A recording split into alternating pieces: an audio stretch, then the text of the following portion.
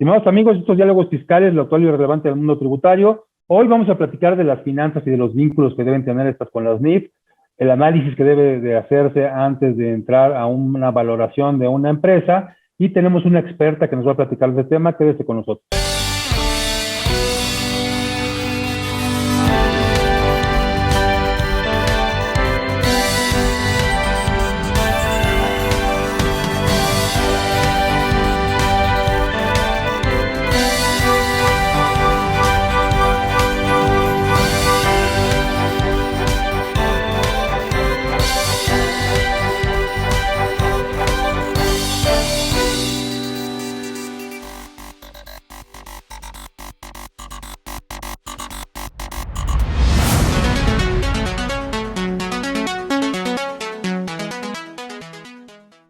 Bien, pues como comentamos en la introducción de este programa, hoy vamos a hablar de las finanzas y del análisis que debe hacerse desde una perspectiva de las normas de información financiera.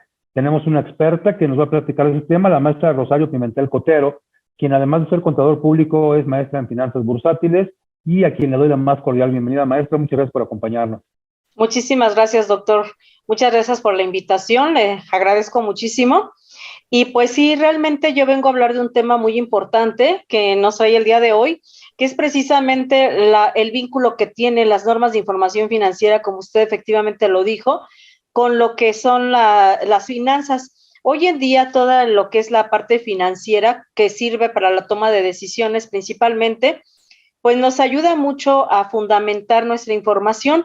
Si bien es cierto que toda nuestra información es tanto contable financiera para la toma de decisiones, pues es de vital importancia decirle a los dueños de las entidades, pues dónde fundamentamos nosotros nuestra información. El día de hoy yo voy a hablar de un tema muy importante que es precisamente del análisis financiero, lo que vienen siendo los indicadores financieros, que no es otra cosa que nosotros desmenuzar esta información financiera, no sin antes decir que todos estos estados financieros pues vienen de transacciones importantes. Estas transacciones, desde luego, o efectivamente, son transacciones verídicas, confiables para la toma de decisiones. Si bien es cierto que cuando nosotros hablamos de estos indicadores financieros, pues nosotros tenemos que tomarlos de algún fundamento, un fundamento que nos legalice, nos fundamente, nos sustente lo que nosotros estamos informando a través de una planeación financiera. Esto se encuentra prácticamente en lo que es una parte del marco conceptual de las normas de información financiera. Este marco conceptual se compone de la NIF A1 a la NIF A8. Prácticamente cuando yo hablo del análisis financiero, estoy hablando de la NIF A3. Si hiciéramos una relación entre lo que existía antes en nuestra normatividad a nivel contable, hablábamos de principios de contabilidad generalmente aceptados, y el marco actual que son las normas de información financiera. En los principios de contabilidad hacíamos referencia a una teoría básica de la contabilidad financiera, hablábamos de teoría, y hoy hablamos de un marco conceptual, de un conjunto de conceptos básicos que debemos reconocer, que debemos de aceptar y que debemos de aplicar tanto en la generación como en la aplicación y en la interpretación de la información financiera.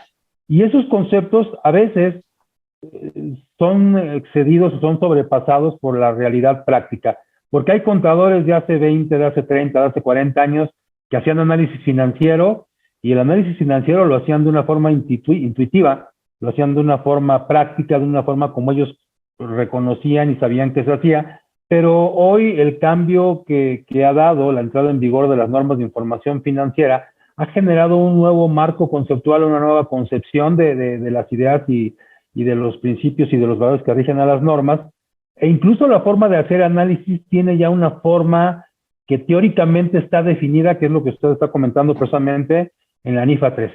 Así es. ¿Cómo es esa aplicación? Porque normalmente cuando hacíamos análisis y lo hacíamos de forma práctica, decíamos, pues yo quiero saber mediante este análisis si la empresa tiene liquidez, si tiene rentabilidad, si tiene autonomía, si tiene solvencia. ¿Cuáles son los indicadores, digo, para cerrar este bloque, cuáles son los indicadores que por grupos podríamos establecer existen en esta NIF A3 para hacer un análisis financiero? Sí, bueno, en este bloque, en este análisis, prácticamente estamos hablando del análisis de liquidez, prácticamente uno muy importante, método DuPont, ¿sí? Lo que es el de rentabilidad, apalancamiento, el de actividad, prácticamente son los que menciona la NIFA 3, dentro del marco más importante, dentro del centro más importante, que nosotros utilizamos precisamente para saber si la empresa tiene una rentabilidad, liquidez. Son los más importantes que yo le puedo mencionar que existen en esta norma. Y no tan solo viene los conceptos básicos de estos puntos que estoy mencionando, sino que también trae las fórmulas de cómo nosotros debemos de realizarlas para que efectivamente nos pueda dar legalidad sobre lo que estamos nosotros respaldando. Más que nada es el respaldo de la información que nosotros estamos manejando a través de los estados financieros.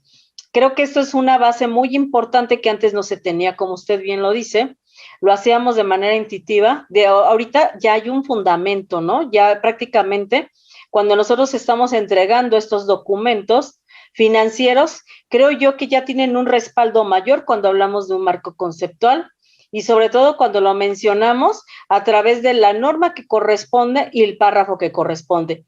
Yo me estoy refiriendo prácticamente esta parte tan importante que yo estoy mencionando se encuentra en los apéndices, en el apéndice de la norma de la NIFA 3.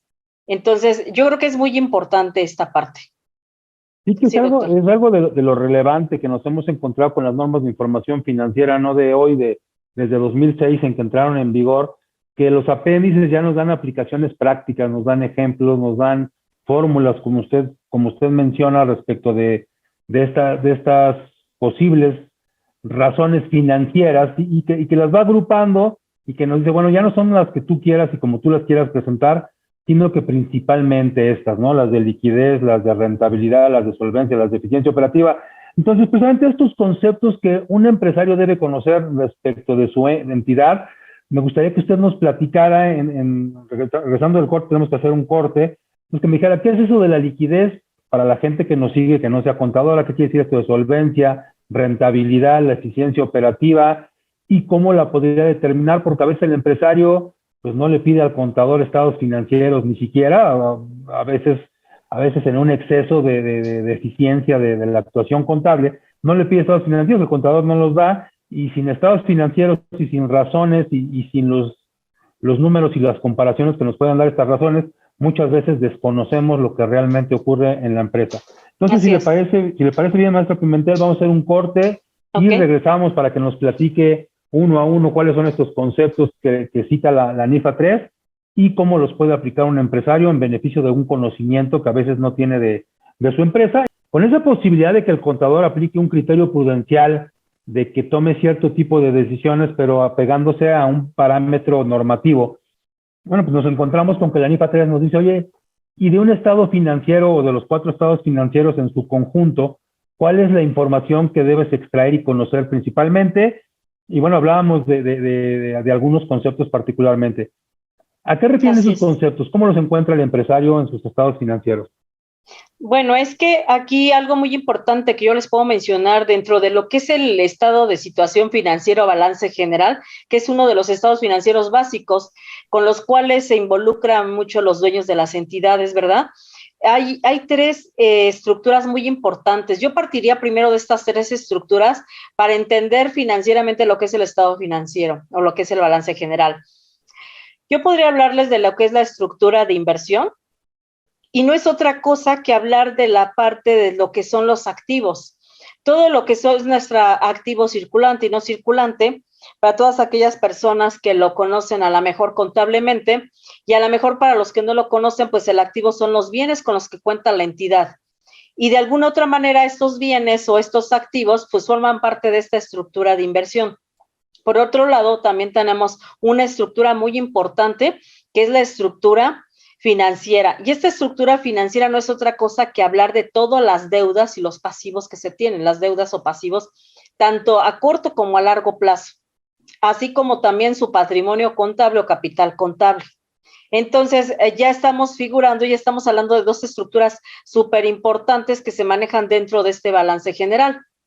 Y desde luego, cuando hablamos de la tercera estructura, estoy hablando y me estoy refiriendo a la estructura de capital. Esta estructura de capital no es otra cosa que el pasivo a largo plazo junto con el patrimonio contable o capital contable. Ya después de que nosotros conocemos estas tres estructuras, que inclusive se refieren en la norma de información financiera, en la NIFA 1, del marco conceptual, ahí podemos encontrar precisamente estas tres estructuras a las cuales me estoy refiriendo. Cuando hablamos de la parte de liquidez, me estoy refiriendo prácticamente a lo que tiene la empresa de manera inmediata para pagar sus deudas a corto plazo. Prácticamente es lo que nosotros hacemos cuando hacemos este indicador financiero, en donde se encuentran algunas fórmulas importantes para medir precisamente esta liquidez. Y la liquidez no es otra cosa que nosotros poder decir cuánto yo tengo para poder pagar sobre un monto establecido. Estamos hablando de por cada peso que yo tengo, ¿verdad? Por cada peso que yo voy generando, cuánto tengo de más para pagar mis deudas a corto plazo. Es una manera muy sencilla de medir la liquidez para que se tomen las decisiones correctas antes de que se quede la empresa sin esta liquidez tan importante a la cual yo me estoy mencionando. Ahora, si nosotros nos referimos al balance general antes de hacer los indicadores financieros, yo les podría decir que ya nada más de ver el estado de situación financiera en la parte de los activos circulantes, pues se puede ver parte de esa liquidez. Ahora, si estamos hablando de lo que es los indicadores de rentabilidad, pues la rentabilidad se mide en el capital contable precisamente. Y pues este indicador nos va a medir y nos va a definir precisamente cuánto se ha generado o qué tan rentable ha sido la entidad en un periodo, ¿no? En un ejercicio. Y sobre esta base tan importantes como estamos midiendo precisamente estos indicadores. Ahora también hay un indicador muy importante que son las de actividad, que estas razones de actividad o estos indicadores de actividad nos manejan situaciones tanto en veces como en días. Yo puedo medir, por ejemplo, cómo se mueven mis cuentas por cobrar, por ejemplo, en un año. ¿Qué tanto las recupero yo en un año y en cuántos días se puede llegar a convertir? También si hablamos, por ejemplo, de cada cuánto salen mis inventarios al año, pues también hay un indicador que nos mide precisamente esa rotación de los inventarios. Creo yo que todo esto es básico e importante porque nos va marcando como focos rojos para que precisamente se tomen decisiones correctas antes de que vaya a suceder alguna situación más grande o alguna cuestión que nos llame la atención para irlo subsanando a tiempo. Creo que son puntos claves, ¿no? Que podríamos manejar. Sí, digo, nos encontramos fórmulas clásicas, ¿no? El activo circulante entre el pasivo circulante, el pasivo entre el capital, la utilidad entre las ventas, y de repente la deficiencia operativa, la que nos da la rotación de inventarios, por ejemplo, la que nos da los días de cobranza, la que nos da los días de pago a un proveedor en conjunto, nos pueden dar una idea muy certera de la empresa. Y de repente nos encontramos con situaciones prácticas que acontecen todos los días en las empresas, en donde, por ejemplo, una empresa que tiene muy buena utilidad podría tener problemas de liquidez, en donde una empresa que aparentemente está vendiendo bien, que está recuperando bien, no puede pagar a sus proveedores. La experiencia nos lo va dando también, pero bueno, hay ciertos parámetros teóricos, técnicos en las normas que nos hablan de esta conjunción de razones. ¿Por qué, por ejemplo, un empresario, digo, sin ser un caso específico, porque un empresario de repente vende bien, tiene buen margen de utilidad, pero no tiene para pagar sus deudas en el corto plazo, en donde usted hablaba de liquidez? Tiene buena rentabilidad, pero no tiene buena liquidez. ¿Qué pasa? ¿Cómo se da cuenta el empresario de esto? Lo que pasa es de que cuando nosotros estamos precisamente hablando de estos indicadores tan importantes, pues ahí nos podemos dar cuenta precisamente si se está recuperando el dinero y de esa manera nosotros podemos obtener una liquidez más rápida. O también hay una parte muy importante, doctor, que está usted mencionando, esa parte de liquidez. Hay algo que se llama aceleración del efectivo que utilizan mucho las empresas, precisamente cuando tienen esa falta de liquidez que en un momento dado pudiera notarse. Lo que se hace, ellos se allegan de algunas cuestiones como dar descuentos por pronto pago para que se alleguen de ese efectivo antes de tiempo. Creo que la aceleración de lo que es el efectivo, así como la desaceleración del mismo, para el empresario es muy importante. De hecho, esto se plasma mediante políticas establecidas por la empresa. Definir exactamente cuándo yo recibo mi dinero y cuándo lo voy a pagar. A partir de ello, creo que se puede medir de esa manera. La Claro, manera de... y hay tantas cuestiones prácticas que el desconocimiento de las razones nos evita solucionar de una forma más sencilla que considero se vuelve más importante. La contabilidad siempre lo es, pero hacerlo de una forma técnica, de una forma secuencial y de una forma reglada por las normas de información financiera nos puede ser de mucha utilidad. Usted ya nos dijo que con las normas de información financiera, con los apéndices, con los ejemplos, con los casos que nos da el Consejo de Información, el CINIF, pues, para conocer las normas de información financiera, podríamos tener una valoración importante de lo que ha sido la historia de la empresa. Pero no es nada más eso lo que puede hacer la contabilidad por un empresario, por una empresa, por el contador mismo de la empresa, sino que también tiene un carácter predictivo. La contabilidad tiene ese fin, la información financiera así debe operar. También nos puede decir hacia adelante cómo podría comportarse una empresa y particularmente esto lo hemos aplicado en los proyectos de inversión y muy específicamente en la NIFA 6 que habla del tema. ¿A qué se refiere todo esto? Sí, precisamente la norma de información financiera NIFA 6, precisamente que también forma parte del marco conceptual, esta nos habla de evaluación. Con el cambio que hubo en este año del 2020-22, la norma se llama evaluación y precisamente nos habla de valor razonable en la valorización que tienen hoy en día las partidas, prácticamente las partidas no monetarias, que son susceptibles de evaluarse. Hoy en día, cuando nosotros hablamos de valor razonable, estamos hablando de cifras valuadas, un reconocimiento posterior. Fíjese, doctor, que las normas de información financiera, cuando hablan de un reconocimiento general, precisamente hablan de un reconocimiento inicial, que es el valor en libros con el que estamos nosotros refiriéndonos al valor histórico, y luego estamos hablando de un valor posterior, un reconocimiento posterior, que es cuando nosotros hacemos la evaluación de estas cifras. Las normas de información financiera prácticamente están vinculadas a otra norma cuando hablamos de evaluación, precisamente es la NIF B13, que es la de valor razonable. Cuando yo hablo de evaluación, me estoy refiriendo a un valor razonable.